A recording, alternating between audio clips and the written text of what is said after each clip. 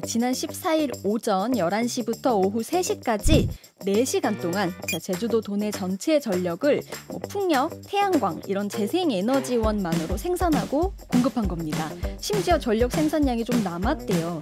그래서 잉여 전력은 육지로 역송전하는 그런 일까지 있었습니다. 그래요. 자, 다음 이슈 가볼까요? 네. 강풍 불던 날 신기록 세운 제주도. 예, 이건 또 무슨 얘기죠? 사실은 강풍하면 벌써 아직까지 우리 뇌리 속에 이번 산불 생각을 안 할 수가 없는데 이 강풍 때문에 제주도에서 재생에너지 100% 그러니까 지역 아리백을 달성했다. 이런 아주 뭐 어떻게 보면 굉장히 반가운 소식이기도 합니다. 일시적이긴 했지만 이미 유럽에서는 종종 있는 일이들이 한국에서 우리나라 땅에서 처음으로 일어났다 이런 거죠. 맞습니다. 지난 14일 오전 11시부터 오후 3시까지 4시간 동안 제주도 도내 전체 전력을 풍력, 태양광 이런 재생에너지원만으로 생산하고 공급한 겁니다. 심지어 전력 생산량이 좀 남았대요. 그래서 잉여 전력은 육지로 역송전하는 그런 일까지 있었습니다. 그래요. 사실은 제주도의 전력 공급은 세 가지 방향에서 이루어지거든요. 육지에서 이제 해저 케이블로 가기도 하고요. 또 제주 현지에 LNG 발전기가 있어요. 거기서 직접 공급하기도 하고 동시에 이제 태양광 풍력이 같이 있는 거죠.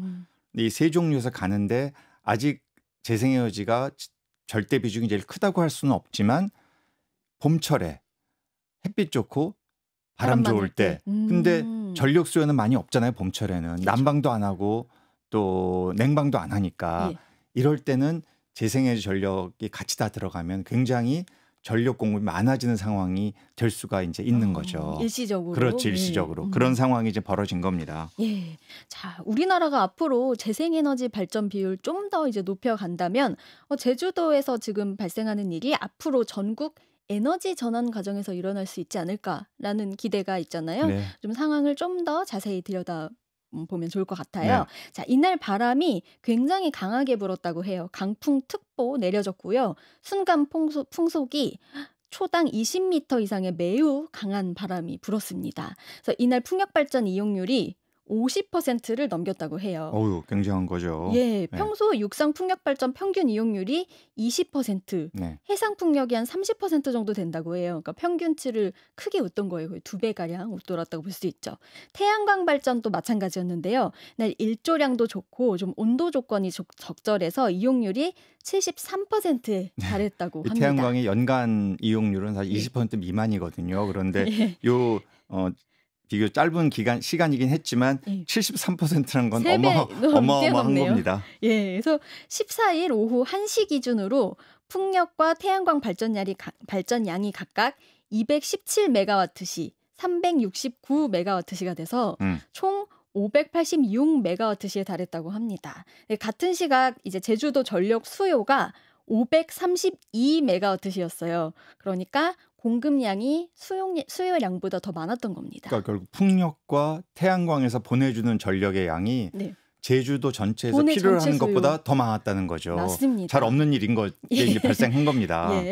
잉여 전력이 한 171메가와트시 정도 됐는데 이 전력은 제1, 제3 해저 연계선을 통해서 전남 완도 등 육지부로 역송했다고 합니다. 이 제3 해저 연계선이 작년 말 12월에 완공이 된 거예요. 마침 그러니까 딱 됐어요. 그래서 육지와 제주를 연계하는 게 세 종류의 HVDC가 다 있게 된 겁니다. 그러니까 이제 역송이 가능한 보통은 보냈는데요. 이제는 제주에서 만든 거를 육지로 보내는 역수출하는 이런 일이 이제 벌어진 거죠. 예.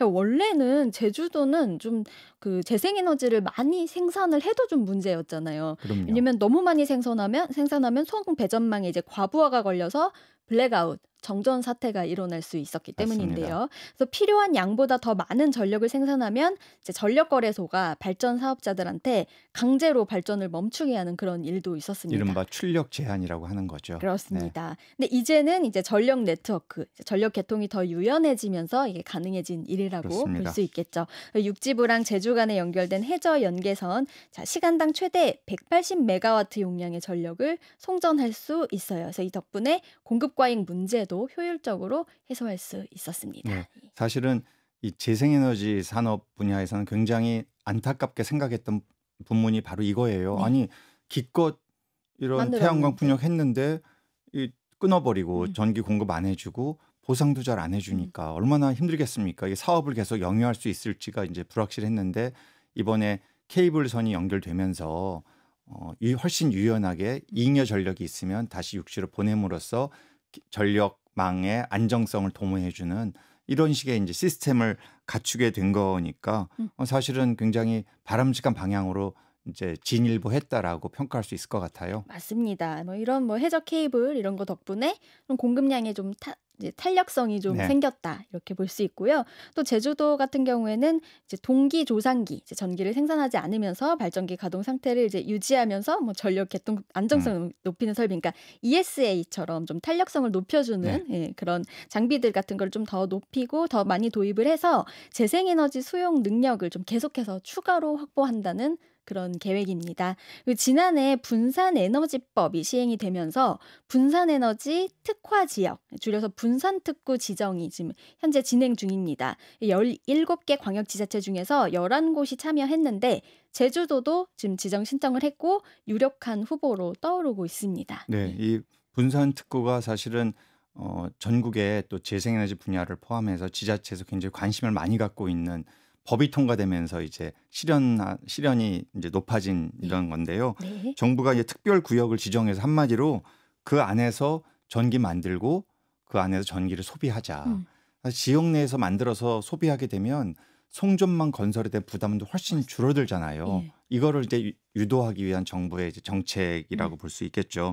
결국은 풍력, 태양광 발전을 이제 재생에너지 쪽을 지역에서 많이 하게 되면 이걸 필요로 하는 아리백과 같은 걸 필요로 하는 기업들이 또 이것을 입지할 수도 있는 이런 여러 가지 면의 장점이 있는 이런 시스템이 이제 시작됐다 이렇게 이제 볼 수 있을 것 같네요. 예, 말씀하신 것처럼 이 분산특구에서는 태양광, 풍력, 연료전지 이런 상대적으로 설비 용량 규모가 작은 전력 사업자가 사용자한테 전기를 직접 공급할 수 있게 됩니다. 그래서 한전을 거치지 않고도 민간 사업자가 기업에 이제 직접 전기를 공급할 수 있게 되는 게 핵심이죠. 이렇게 되면 전기 요금이 낮아질 수 있습니다.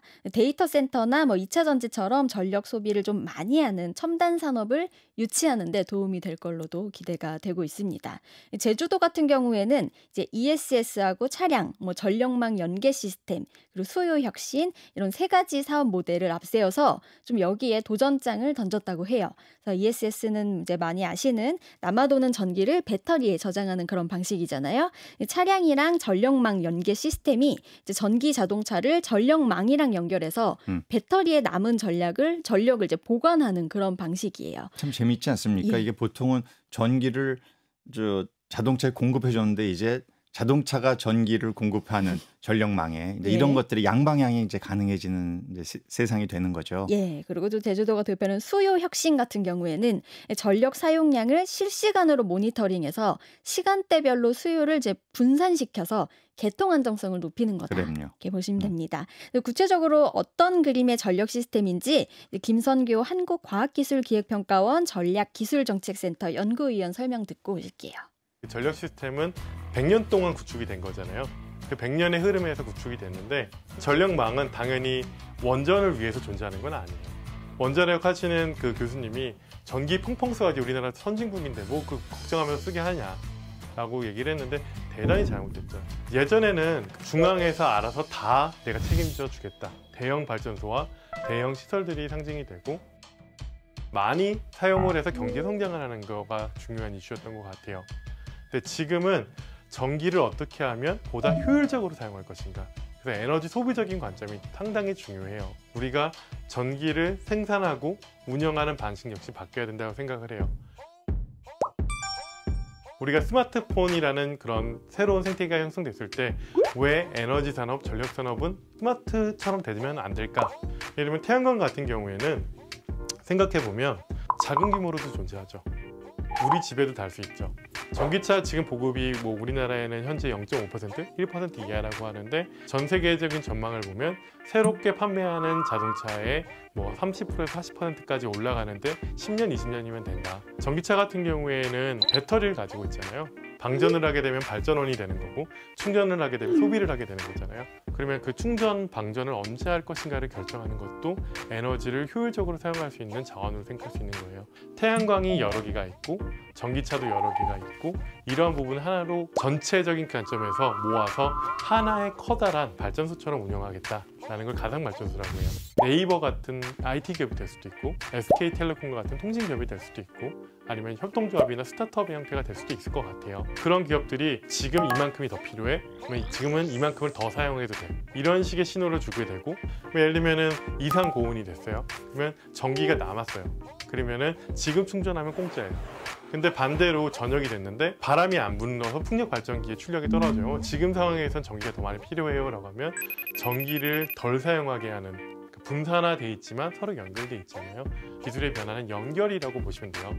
이 똑똑한 전력망 안에서는 그 연결을 통해서 우리가 뭐 우버처럼 시간에 따라서 전기요금도 변화하고 그런 부분들을 유연하게 운영을 한다면 정말 많은 에너지 문제들이 불확실성을 풀 수 있는 숙제가 될 수 있겠죠. 예, 우리 김성교 박사의 설명이 상당히 명쾌한데요. 네. 이미 유럽에서 어떤 일도 있냐면은 재생에너지 전력 공급이 많아지면서 아예 제발 전기를 써다오. 그래야 전력망의 안정성이 올라가기 때문에 네. 가격을 아까 우리 최 기자도 가격 낮아진다고 했지만 심지어 마이너스 프라이스도 있습니다. 마이너스. 네, 돈 줘가면서 제발 예. 써라. 전기 아끼지 않고 마음껏 써도 되는 건가요? 굉장히 이렇게 이 시스템이 혁명적인 변화를 이제 앞으로 분산형 전원이 대세가 되면서 일어나는 너무나 놀라운 일들이 앞으로 이미 벌어지고 있고 한국에서도 그런 일이 앞으로 일어나야 한다. 네. 일자리도 만들어지고 새로운 혁신적인 기업도 생겨나는 거죠. 예. 자, 이 분산 특구가 이제 그런 뭔가 물꼬를 틀지 좀 네. 주목되는데, 자, 제주도가 이 특구 지정을 가장 적극적으로 추진해온 그런 지자체 중에 하나이기 때문에 지정 가능성이 되게 높다고 점쳐지고 있다고 해요. 분산 특구로 지정이 되면 2,900억 원 규모의 민간 투자 유치할 수 있고요. 1,900여 명의 신규 일자리 창출로 이어질 걸로 지금 예상이 되고 있습니다. 지정 여부가 이제 다음 달 말에서 한 6월 초쯤 발표될 예정이라고 하는데 어떻게 될지 지켜볼 필요 있을 것 같습니다. 네, 참 뭐 지금 우리나라의 정치 상황이 참 불확실하지만 이제 좀 더 이런 불확실성이 거치면서 정치 분야에서 좀 제대로 된 리더십을 통해서 결국은 전 세계 엄청난 지금 무역부터 뭐 관세 전쟁에 이렇게 경제적인 불확실성이 높아지는 시점에 대한민국의 미래 먹거리를 위해서 열심히 달려야 하는데 그 중에 하나가 이런 재생에너지 분야에서 파생되는 분산 전력 시스템, 전력 안정망을 높이기 위한 각종 하드웨어적인 소프트웨어적인 기술 개발, 여기서 만들어지는 일자리, 청년들의 어떤 미래 가능성에 대한 희망, 이런 것들이 앞으로 한국 사회에서 당장 올해부터 많이 벌어지면 참 좋겠다는 생각을 해보게 됩니다. 자, 오늘 말씀 여기까지 듣겠어요. 지금까지 CBS 최소영 기자였습니다. 고맙습니다. 감사합니다.